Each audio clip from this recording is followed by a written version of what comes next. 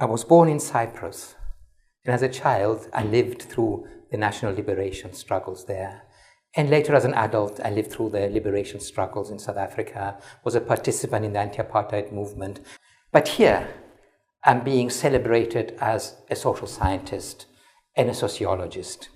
I have taught the best and the worst during my career as an academic, and I taught at WITS, and I taught for 27 years in Durban, and then now at the University of Cape Town. And as I said, the worst and the best came through my classes, and some of them are in very important positions of power these days, and many of them I'm extremely, extremely proud of. Now, in KZN, we had already prefigured a lot of the policy frameworks that were coming. In the 80s already, we had trade union research projects, we had unemployed youth projects, we had culture and working life projects, we had industrial health unit projects, and we tried to our best of our ability to both create responses, positive responses to the various movements around us, but also to start dreaming about the future.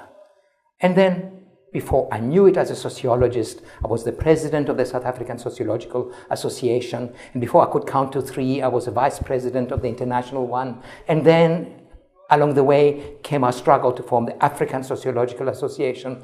And things moved on from project to project, being called to do an amazing array of policy kinds of work, from defining the social fields in the qualification framework, and then doing even in the African Union, chairing the committees that drafted the accelerated industrialization path for the continent, then the recovery plan for KZN after the economic meltdown of 2008, developing a charter for the future of the humanities and the social sciences, then being landed with the chairpersonship of the BRICS think tank, and encountering people I've never thought I would encounter before.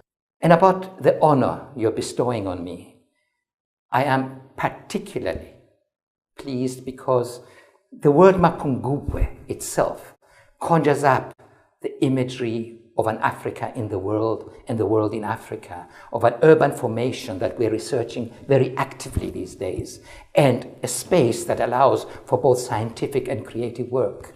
And beyond that, it is not only about Mapungubwe itself. It's about the fact that a little boy from Hillbrow, alienated from his ethnics, neither Anglo or Afrikaner, neither black or Indian or colored, at the moment, in a country that's polarizing, being recognized by my peers as somebody who has contributed something significant in the development of both the democracy and the well-being of this country.